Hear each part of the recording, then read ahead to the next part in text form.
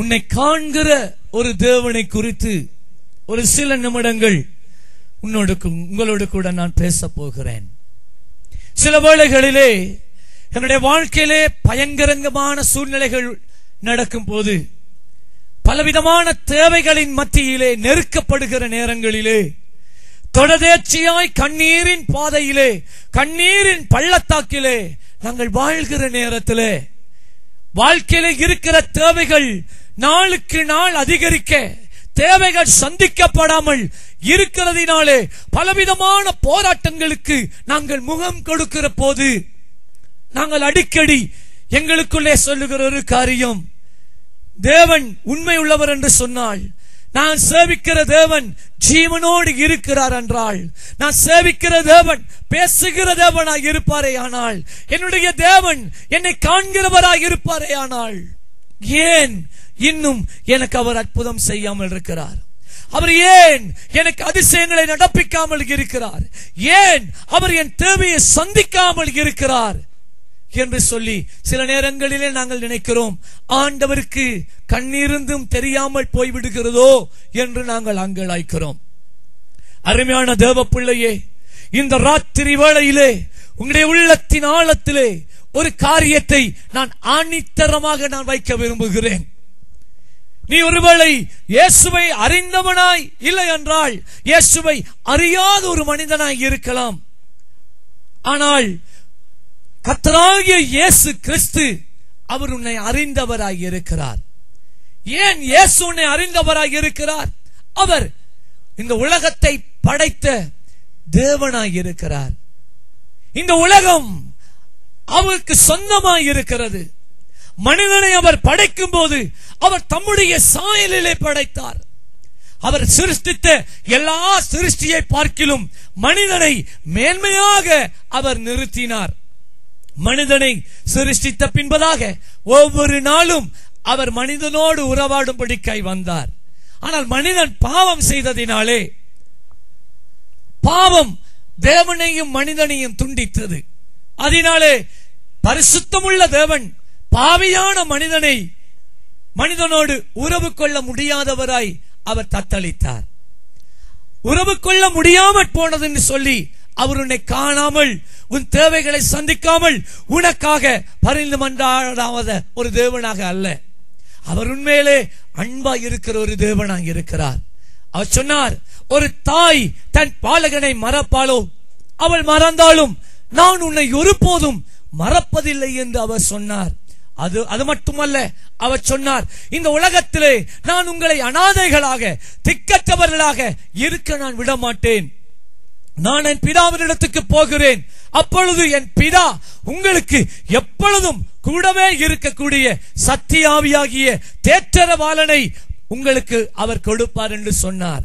பரிசுத்த ஆவியானவர் உங்களோடு கூட வந்து உங்களோடும் உங்கள் மேலும் உங்களுக்குள்ளும் நித்திய காலமாய் இருப்பார் என்று சொன்னார். இயேசு சொன்னார், இதோ உலகத்தின் கடைசி பரியந்தம் சகல நாட்களிலும் நான் உங்களுடனே கூட இருக்கிறேன் என்று திருவுள்ளம் பற்றின தேவனாய் இருக்கிறார். அருமையான சகோதரியே, அருமையான சகோதரனே, இயேசு உன்னோடு கூட இருக்கிறார். இயேசு உன்னை விட்டு விலகி போகவில்லை. இயேசு உன்னை தள்ளிவிடவில்லை. இயேசு உன்னை மறந்து போகவில்லை. இயேசு உன்னை நேசிக்கிறார். நீங்க ஒருவேளை சொல்லலாம், ஐயா நான் பச்சை குடிகாரனாய் இருக்கிறேன். இல்லை என்றால் சொல்லலாம், நான் சூனியங்கள் மாந்திரியங்களில் சிக்கப்பட்டவனாய் இருக்கிறேன், நான் தேவனை அறியாதவனாய் இருக்கிறேன். என்னையும் இந்த இயேசு நேசிக்கிறாரா என்று உன் உள்ளத்தின் ஆழத்திலே ஒருவேளை நீ கேள்விகளை எழுப்பிக் கொண்டிருக்கலாம். பதில், ஆமா, அவர் உன்னை நேசிக்கிறார். வேதம் சொல்லுகிறது, நாங்கள் தேவனை அறியாதிருந்த காலங்களிலே இயேசு கிறிஸ்து எனக்காகவும் உங்களுக்காகவும் உங்களுடைய பின் சந்ததிக்காகவும் சிலுவையிலே அவர் மரித்தார். நாங்கள் அவரை அறியாதிருந்த காலங்களிலே இயேசு எங்களுக்காக மரித்தார். இந்த தெய்வம் தன்னுடைய ஜீவனையே உனக்காக கொடுத்த அந்த தெய்வம் உன்னை மறப்பாரோ? உன்னை கைவிடுவாரோ? உன்னை தள்ளிவிடுவாரோ? இல்லவே இல்லை. அவர் எப்பொழுதும் உன்னை நேசிக்கிறார். நாங்கள் தவறு விடுகிறோம், அவருக்கு கீழ்ப்படியாமல் போகிறோம். அவரை மறந்து வாழ்கிறோம். சுருக்கமாய் சொல்ல போனால் அவரை அறியாமலே வாழ்ந்து விடுகிறோம். ஆனால் அவர் உன்னை அறிந்திருக்கிறார். அவர் உன்னை காண்கிற தேவனாய் இருக்கிறார்.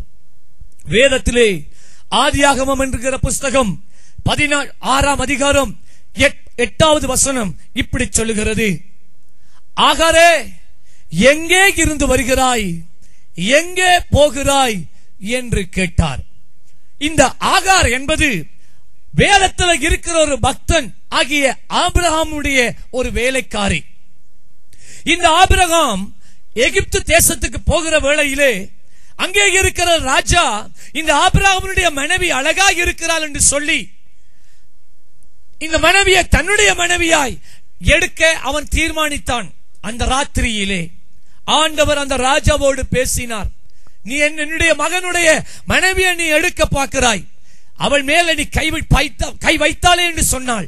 உன்மேலும் உன்னுடைய அரண்மனையிலே இருக்கிற எல்லார் மேலும் உன் சந்ததியின் மேலும் சாபத்தை நான் வருவிப்பேன் என்று ஆண்டவர் சொன்னார். நடுநடுங்கினான், பயந்தான். அதிகாலமே ஆபிரகாமை அழைத்தார். நீ ஏன் எனக்கு பொய் சொன்னாய் என்று சொன்னான். அது ஆபிரகாமுடைய மனைவி சாராளை கொடுத்தது மட்டுமல்ல, அவனுக்கு அநேக வெகுமதிகளை கொடுத்தான். ஒட்டகங்களை கொடுத்தான், ஆடுகளை கொடுத்தான், அநேக வேலைக்காரரை கொடுத்தான். அப்படியாய் கொடுக்கப்பட்ட வேலைக்காரர்களில் ஒருத்தி தான் இந்த ஆகார்.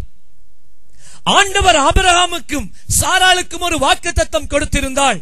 அது என்னவென்றால், ஆபிரகாமே உன்னை கொண்டு எனக்கென்று ஒரு ஜனத்தை நான் இந்த பூமியிலே உண்டாக்குவேன் என்று சொன்னார். ஆனால் ஆண்டவர் அந்த வாக்குத்தத்தத்தை கொடுத்தும் 25 வருடங்களாகியும் சாராள் ஆபிரகாமின் மனைவி அவள் கர்ப்பவதியாகவில்லை. அவள் கற்பம் தரிக்க முடியாதவளாய் அவளுடைய கற்பம் அடைக்கப்பட்டதாக இருந்தது. அந்த வேளையிலே தான் சாராள் என்று சொல்லப்படுகிற அந்த மனைவியானவள் ஆபிரகாமுக்கு சொன்னால், அந்த நாட்களில் இருந்த கலாச்சார வழக்கம், அந்த வேலைக்காரியாகிய ஆகாரோடு போய் சேர்ந்து அவளிடத்திலே ஒரு குழந்தையை பெற்று அந்த குழந்தையை நாங்கள் வளர்ப்போம். ஒரு அடிமையினிடத்திலே ஒரு குழந்தை பெறப்பட்டால் அந்த குழந்தை அவர்களுடைய சொந்த குழந்தையாய் அது மாறும். அந்த அடிமை அவர்களுக்கு மனைவியாய் மாற மாட்டாள், அவள் வேலைக்காரியாகவே இருப்பாள். குழந்தை இவளுடைய உரிமையான குழந்தையாய் அது மாறும்.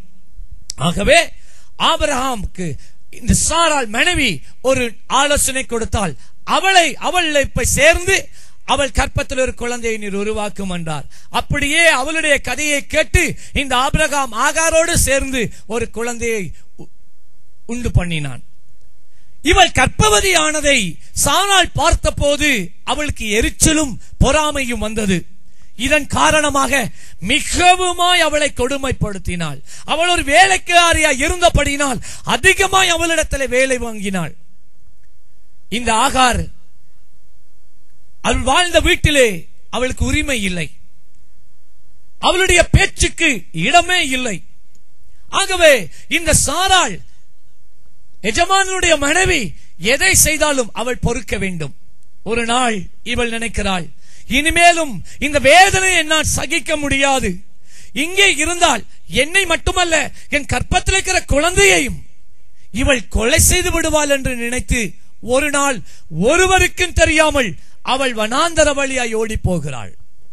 அந்த வேளையிலே தான் ஒருவரும் காணாதபடி அவள் ஓடி போகிற நேரத்திலே வானத்தில இருந்து ஆண்டவர் ஒரு தூதனை அனுப்பினார். அந்த தேவ தூதன் வந்து சொன்னார், ஆகாரே எங்கே போகிறாய், எங்கே இருந்து வருகிறாய் என்று கேட்டார்.